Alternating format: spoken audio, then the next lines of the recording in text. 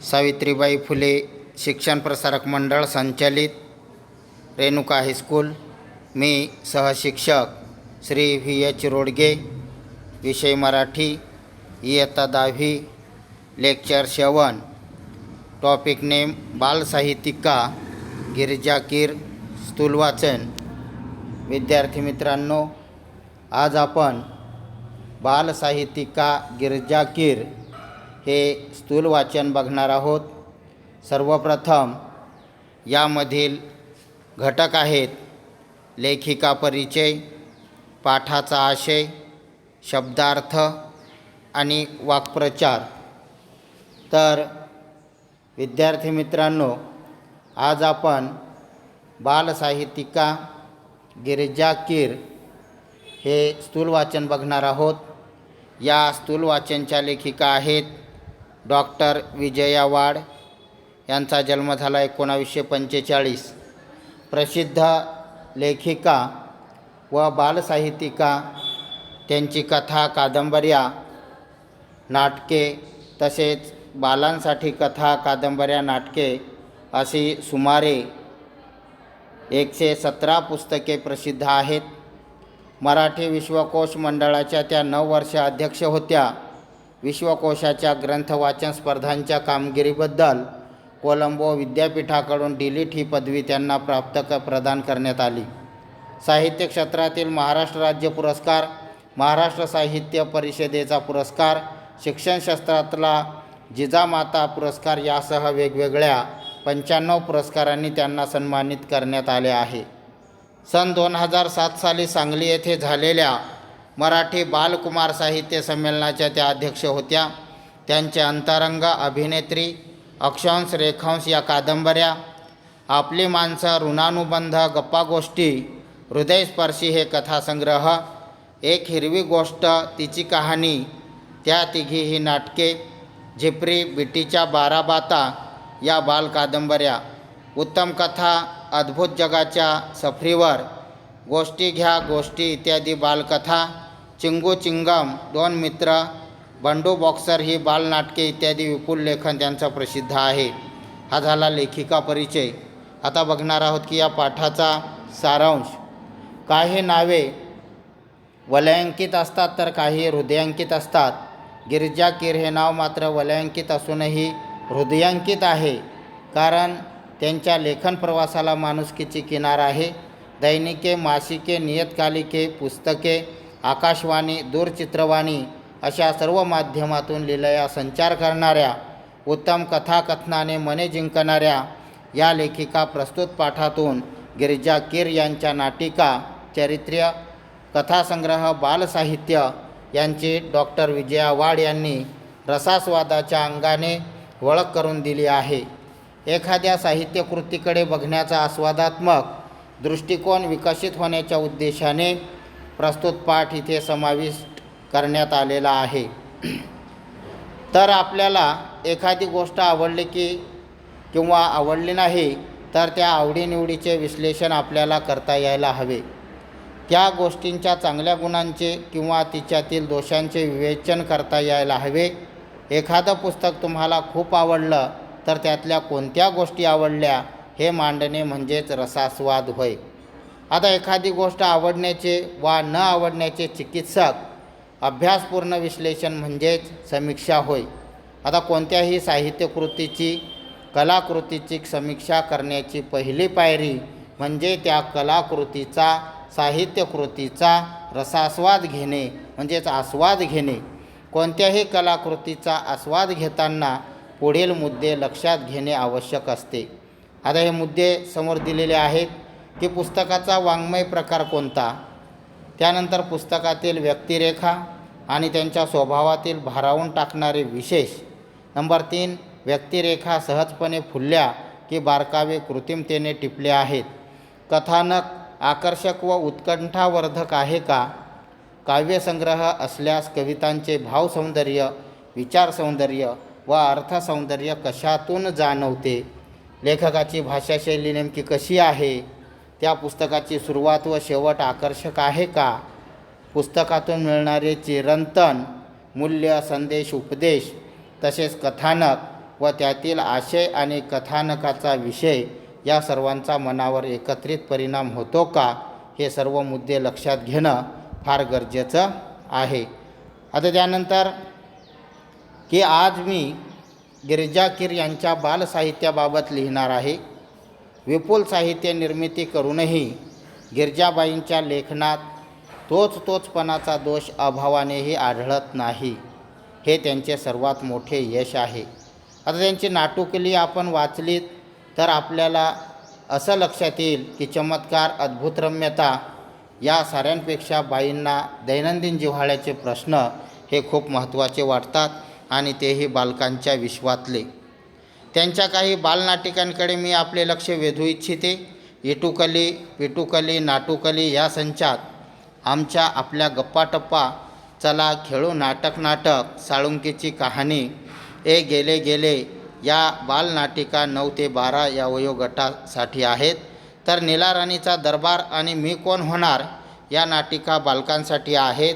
मला बालवर्गांसाठी असलेल्या बालनाटिकांचे विशेष महत्त्व वाटते, कारण हा जो काही प्रांत आहे हा पूर्णतया दुर्लक्षित असा आहे. आता पुण्याच्या रजनी परांजपे या वयोगटासाठी साधी, सोपी, जोडाक्षरविरहित पुस्तके प्रकल्प म्हणून तयार करून घेतात. त्यांच्या या स्तुत्य प्रयत्नाला गिरिजाबाईंची ही बालनाटकेसुद्धा काय करतात, साथच देतात. आता लेखिका सांगतात की मला विशेष आवडलेल्या एका बालनाटिकेचा उल्लेख करते. नाव आहे एक अर्ज आहे बापा, आणि सुजाता आणि सदानंद यांच्या घरात घडणारी ही गोष्ट. घरातली मोठी माणसं बाहेर गेलेली आहेत आणि मग अशा वेळी छोटी मुलं महत्त्वाचा विचारविनिमय असा करत आहेत किंवा चर्चा करत आहेत. आणि मुलांसाठी नेमका कोणता प्रश्न इतका निकडीचा असतो, तर आई, बाबा, शेजारी या मोठ्यांचं बॉसिंग त्यांना काय आहे, सहन होत नाही. पण हे सांगणार कुणाला? आणि मग सर्वांना वाटतं की आपल्या तक्रारीचा पाढाच वाचून अर्जात, आणि हा अर्ज चक्क ते काय करत आहेत, या बापांपुढे ठेवत आहेत. देव नक्की प्रसन्न होईल. आणि मग सुरू होते एक सामुदायिक अर्जलेखन. आता इथे लेखिकेने काय छान तक्रारी मांडल्यात बघा आपल्या, की आईची शिफॉनची साडी नेसायला मिळालीच पाहिजे. शिफॉनची म्हणजे अशी पतली रेशमची साडी, आणि अगदी छोटी पतली, फरक बर्फ का गोला खाण्याची आझादी आम्हाला पाहिजे. त्यानंतर भेळ खायला मिळालीच हवी. मधू, भाऊ, विनया ही मित्रमंडळीच कशी बापाचं रूप घेऊन येतात आणि एकमेकांशी कशी भांडू लागतात. तर बघा त्या प्रसंगात गंमत आली आहे. या नाटिकेला मुलांच्या मनाच्या खिडक्या उघडण्याचे कौशल्यसुद्धा इथे लाभलेलं आहे. छोटे मोठे सारेच्या नाटिकेच्या प्रयोगात इथं रंगून जातील. आणि मग नाटकाला जे दृश्य परिणाम असायला हवेत ते या गिरिजाबाईंच्या नाटकात प्रभावीपणे आपल्याला दिसतात. आणि मोजक्या पात्रातून जिवंत दृश्य साकार करणे आणि बालप्रेक्षकांची मने जिंकणे ही अवघड बाब आहे. पण बाई ती लीलया काय करतात, सहजपणे काय करतात, त्या पेलण्याचं कार्य करतात. आता आपण गिरिजाबाईंच्या बालांसाठी असलेल्या अन्य साहित्यांकडे वळूया. बघा, लहान मुलांच्या मनावर उत्तम संस्कार घडावेत म्हणून बाईंनी पुण्यश्लोक अहिल्याबाई होळकर, त्यानंतर तपस्विनी अनुताई वाघ, शिक्षणवृत्ती ताराबाई मोडक, संत गाडगेबाबा, महात्मा ज्योतिबा फुले अशी सुंदर सुंदर चरित्रे लिहिलेली आहेत. आणि मग त्यांच्यातली सामाजिक बांधिलकीची भावना जणू मुलांच्या हृदयाला साथ घालते. आणि त्या म्हणतात थोरांनी केलेलं कार्य पुढे नेणं हेच त्यांचं एक प्रकारचं काय आहे, स्मारक आहे. आणि त्यांना असं वाटतं की त्यांची स्मारकं तयार केल्यापेक्षा, त्यांची स्मारकं बांधल्यापेक्षा आपण जर खरोखर त्यांच्या पावलावर पाऊल टाकून जर त्यांचं कार्य पुढं नेण्याचं जर कार्य केलं तर निश्चितच आपण त्यांचं स्मारक बांधल्याप्रमाणे होईल. आणि म्हणून प्रत्येक चरित्रात त्यांनी एक एक महत्त्वाचा असा विचार मांडलेला आहे. उदाहरणार्थ महात्मा ज्योतिबा फुले यांच्या चरित्रात गिरिजा कीर लिहितात की प्रत्येक सुशिक्षित स्त्रीला आपल्याला लिहिती बोलती करणाऱ्या या पित्याचं ऋण कधीही आपल्याला विसरता येणार नाही. ही सर्व विद्यार्थी मित्रांनो, आपल्याला माहीतच आहे की सावित्रीबाई फुले आणि महात्मा ज्योतिबा फुले यांनी शिक्षणासाठी किंवा स्त्री शिक्षणासाठी कसं अहोरात्र कष्ट सहन केलेलं आहे. आणि मग अशा पद्धतीनं हे सर्व कष्ट दुःख सहन करून त्यांनी ह्या मुलींना शिक्षणाच्या प्रवाहात आणण्याचं कार्य केलेलं आहे आणि म्हणून अशा या पित्याचं ऋण आपल्याला कधीही विसरता येणार नाही. त्याच पद्धतीनं ताराबाई मोडक या शिक्षणवृत्ती स्त्रीबद्दल लिहिताना त्या म्हणतात की माणसं ओळखून त्यांचा योग्य कामाला उपयोग करणं ही ताराबाईची खासियत आहे आणि मग माणसं ओळखूनच योग्य कामाला लावणं आणि योग्य काम त्यांच्याकडून करून घेणं ही ताराबाईची एक खासियत आहे. खरं आहे, मोठी माणसेच हिऱ्याची पारख करू शकतात, नाही का, की ताराबाई मोडक यांचा वसापुढे चालवणाऱ्या त्याच पद्धतीनं अनुताई वाघ यांचे चरित्रसुद्धा सादर करताना गिरजाबाई म्हणतात, नाही का. आता अनुताई वाघ यांचा आपण पाठ मागच्या नववीला शिकलेलोच आहोत की कशा पद्धतीनं त्या कोसबाडच्या टेकडीवर जाऊन आदिवासी मुलांना शिक्षणाच्या प्रवाहात आणण्याचं कार्य इथं अनुताई वाघ यांनी केलेलं आहे. आणि मग ज्या भागात काम करायचं त्या भागातील मुलं शिकती आणि शिक्षणासाठी येती करणं, त्या परिसरातल्या जीवनावश्यक अडचणी लक्षात घेणं, कार्यानुभव शिकवताना रोजगाराची संधी उपलब्ध करून देणं आणि त्यांना समजेल अशी भाषा वापरणं आणि हे करत असताना श्रद्धेनं शिकवणं, त्यात प्रेम ओतणं, या गोष्टी अनुताईंनी आपल्या आचरणात काय केल्या, आणल्या. आणि जन्मभर ते कार्य पुढे नेण्यासाठी या सळसळत्या रक्ताची तरुण मुलं पुढे यावोत हेच अनुताईंचे खरे स्मारक ठरेल. आता त्यानंतर संत गाडगेबाबा यांच्या चरित्रातील हा संदेश बघा. मुलांनो, संतपद प्राप्त व्हायला असा चमत्कार करावे लागत नाहीत किंवा विभूती लावून ध्यानस्थ बसावे लागत नाही किंवा पहाडात निघून जावे लागत नाही, तर लोकात राहूनच लोकजागृती कशी करावी हे संत गाडगेबाबांनी आपल्याला दाखवून दिलं. म्हणूनच ते महान संत होत. आता गाडगेबाबांचं चरित्रसुद्धा आपण बऱ्याच विद्यार्थ्यांनी ऐकलं आहे, बघितलेलं आहे किंवा वाचलेलं आहे. आलं लक्षामध्ये. प्रथम ते कुठल्याही गावामध्ये जरी गेले तर सकाळी सकाळी आपल्या हातातील खराट्यांनी गाव अगदी स्वच्छ करून सोडत आणि मग रात्रीच्या आपल्या कीर्तनाच्या माध्यमातून लोकांच्या डोक्यातील घाण स्वच्छ करण्याचं कार्य ते असं महान कार्य करत असत. आणि मग अशा पद्धतीनं लोकात राहूनच की त्यांनी ही लोकजागृती करून दाखवली. त्यांना काही पहाडात जावं लागलं नाही किंवा संत होण्यासाठी डोंगरात बसून तपश्चर्या करावी लागलेली नाही आणि म्हणूनच ते महान संत झाले. आता दुःखाच्या अग्नीत होरपळूनही शुद्ध सोन्यासारख्या लखलखणाऱ्या माता अहिल्याबाई होळकर यांच्या चरित्रात त्या लिहितात की प्रजेला पुत्रवत मानून अपार सुख देणाऱ्या आणि दानधर्म करणाऱ्या अहिल्याबाई सदैव इतरांसाठी जगल्या एखाद्या अचल अशा या दीपस्तंभासारख्या आणि त्यांचं जीवन अगदी गंगा जळासारखं काय होतं, निर्मळ होतं. आणि मग अशा प्रकारे प्रत्येक चरित्रातून इथं गिरजाबाईंनी मुलांना एक प्रत्येकारी संदेश इथे काय केलेला आहे, दिलेला आहे. मुलांना पचेल रुचेल अशी सोपी पण हृदयाला हात घालणारी भाषा वापरून त्यांनी चरित्रलेखनाला एक नवा काय केलेला आहे, मार्ग दाखवून दिलेला आहे, आयाम दाखवून दिलेला आहे. त्यानंतर बघा की गिरजाबाईंनी बालांसाठी विपुल कथाही लिहिलेल्या आहेत. तू सावित्री हो या पुस्तकात एकूण 8 कथा आहेत.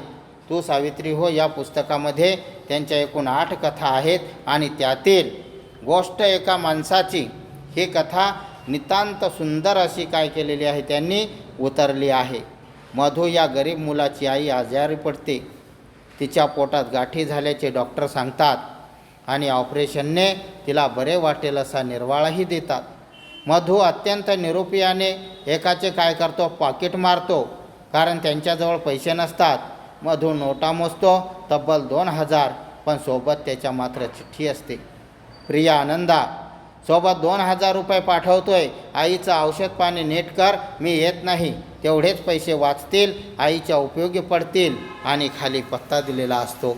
आणि अशा पद्धतीनं हा मधूसुद्धा नाईलाजाने आपल्या आईच्या उपचारासाठी एकाचं पॉकेट मारतो. परंतु त्या पॉकेटमध्ये ज्यावेळेस तो नोटा मोजतो तेव्हा त्या नोटा 2000 रुपये असतात आणि त्याखाली एक चिठ्ठीसुद्धा लिहिलेली असते. म्हणजे ज्या गृहस्थाचं मधूने पॉकेट मारलेलं असतं त्या गृहस्थाची आईसुद्धा काय असते, आजारी असते. आणि मग हे आजारी असलेली आई बघून मधूला थोडंसं वाईट वाटतं आणि मग लगेच काय करतो, तो चिठ्ठी घेऊन किंवा ते पॉकेट घेऊन त्या गृहस्थाकडे निघतो. या पत्राने मधूचे डोळे काय होतात, उघडतात. तो पत्ता शोधत त्या माणसाकडे जातो. त्या माणसाने आपल्या आईच्या आजारासाठी ते पैसे पाठवलेले असतात. मधू आपल्या वाईट कृत्याची कबुली देतो, पण तो मनुष्य ते पैसे मधूला परत करतो. आणि आजच आई गेल्याची तार आली, आता मी या पैशाचं काय करू? तुला हे पैसे कामी येतील. तुझी आई बरी झाली तर माझीच आई बरी झाली असा आनंद मिळेल मला. मोठ्या मनाचे हे दर्शन विस्मयचकित करणारे आहे. आणि मग अशा पद्धतीनं की मोठी माणसं किंवा मोठ्या मनाची माणसं कशी असतात हेच यामधून इथं आपल्याला लेखिकेनं दाखवून देण्याचा प्रयत्न केलेला आहे. की खरोखर काय त्या मनुष्याची आई आजारी असते आणि ज्यावेळेस हा पैसे नेऊन द्यायला जातो तेव्हा मात्र त्याची आई वारलेली असते. आणि म्हणून तो गृहस्थ परत मधूला म्हणतो की हे पैसे तुझ्याच उपयोगी येतील. तुझी आई आजारी आहे आणि माझी आई तर आता गेली, परंतु तुझी आई मात्र आजारी आहे आणि ती जर या दुःखातून नीट झाली तर निश्चित बरी झाली तर माझीच आई बरी झाल्याचा आनंद मला मिळेल. आणि खरोखर या प्रसंगातून इथं गिरजाबाईंनी आपल्याला मोठ्या मनाचं दर्शन घडवून देण्याचा प्रयत्न केलेला आहे. आता फुलं फुलवणार दुसरा एक प्रसंग सांगतात. फुलं फुलवणारा म्हातारा या पुस्तकातील याच नावाची पहिलीच कथा मोठी सुरेख आहे. या कथेत खूप चमत्कार असले तरी मूळची ही जपानी कथा आपल्याला खिळवून ठेवते. सुंदर स्वैर अनुवादाचे उत्तम उदाहरण म्हणून तिचा उल्लेख आपल्याला करता येईल. बघा, बाल कादंबरी हे कथेच्या पुढले पाऊल. गिरजाबाईंचा झंप्या द ग्रेट खरोखरीच ग्रेट आहे. महाचळवळ्या वळवळ्या बघावं तेव्हा नुसत्या उद्योगात घडलेला झंप्या बघता बघता वाचकांचा लाडका होऊन जातो.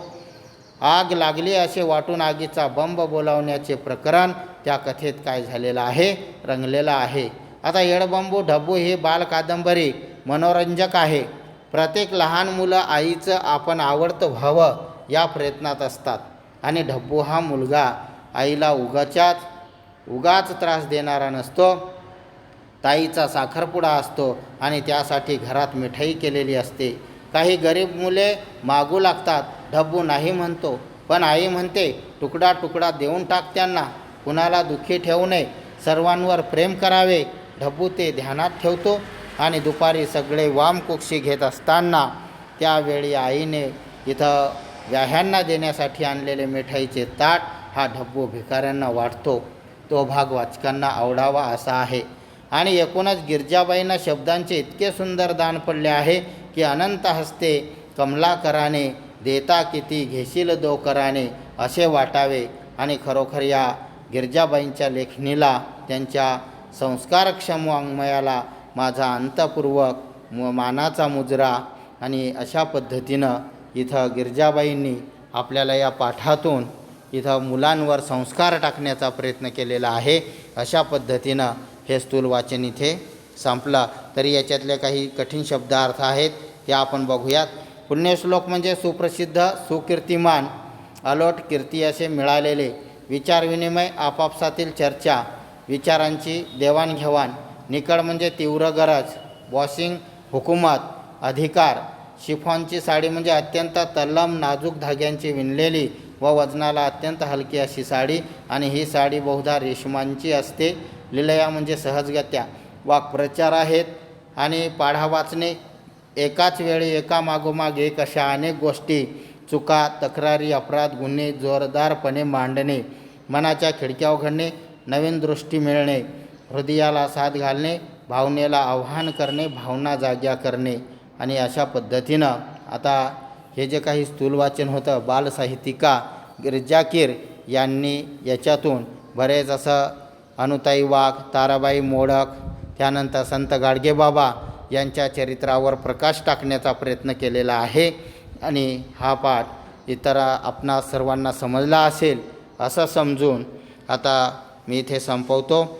यानंतरचं लेक्चर आहे आपलं 8 आणि टॉपिक नेम आहे वास्तू. थँक्यू.